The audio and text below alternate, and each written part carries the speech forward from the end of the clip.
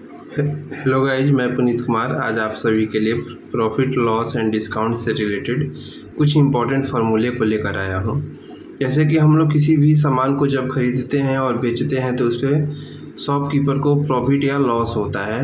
तो हम लोग यहाँ पर देखेंगे कि प्रॉफिट को निकालने के लिए क्या फार्मूला होता है। तो जैसे कि यहाँ पे प्रॉफिट इज इक्वल टू होगा selling price minus cost price. जब हमें लॉस होगा तो लॉस निकालने के लिए loss equal to cost price minus selling price होता है फार्मूला।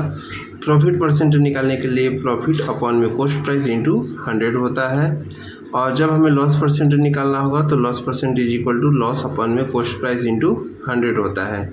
उसी प्रकार से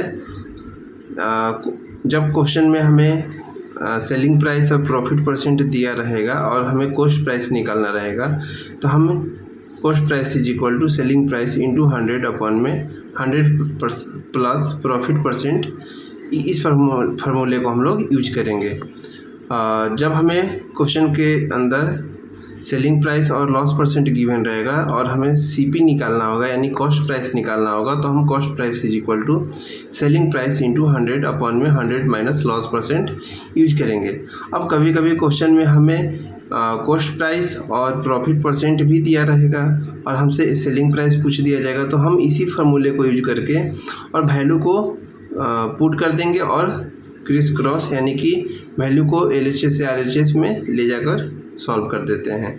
हमें किसी और फार्मूले को बनाने की आवश्यकता नहीं होगा। नहीं तो हम इसी फार्मूले को और क्या करेंगे कि जब हमें SP निकालना होगा और cost price and profit percent दिया रहेगा तो हम cost price into 100 plus profit percent by में 100 कर देंगे इज इक्वल टू SP। तो ये एक नया फार्मूला निकल जाएगा जो कि इसी से रिलेटेड रहेगा। तो हम इसी फार्मूले को याद रखेंगे और इसी से हम लोग वैसे टाइप के क्वेश्चन को सॉल्व करने का प्रयास करते हैं। फिर उसके बाद हम लोग देखेंगे कि क्वेश्चन में हमें डिस्काउंट, कभी कभी हम लोग किसी मॉल इत्यादि में जब जाते हैं सामानों को खरीदने के लिए तो वहाँ पे किसी आइटम के ऊपर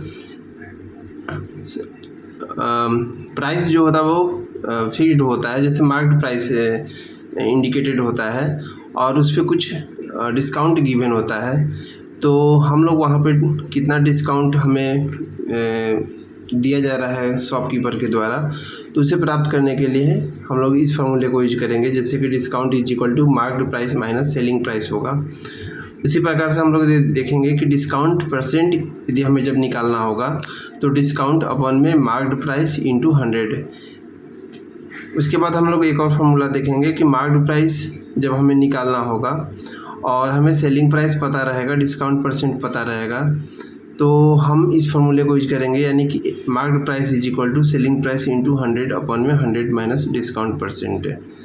अब कभी कभी हमें मार्क्ड प्राइस पता रहेगा, डिस्काउंट परसेंट भी पता रहेगा, जैसे कि हम मॉल में गए और किसी सामान का जो मार्क्ड प्राइस है वो इंडिकेटेड रहेगा वहाँ पे और उस पर डिस्काउंट परसेंट भी दिया जाएगा, तो हमें सेलिंग प्राइस कितना होगा इस चीज़ को हम लोग कैसे निकाल सकते हैं।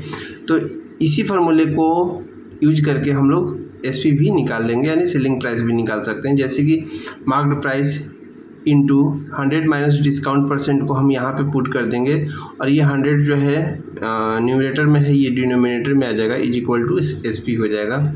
तो इस फार्मूले से हम लोग SP भी निकाल सकते हैं, मार्केट प्राइस भी निकाल सकते हैं और डिस्काउंट परसेंट भी निकाल सकते हैं। यानी क्या फार्मूला इतना ही रहता है, क्वेश्चन के अकॉर्डिंग हम क्वेश्चन से रिलेटेड हम फार्मूले को यूज किया जाता है। तो यदि वीडियो अच्छा लगा हो तो लाइक करें, शेयर करें और सब्सक्राइब करें और अपना राय जरूर दें। जय हिंद।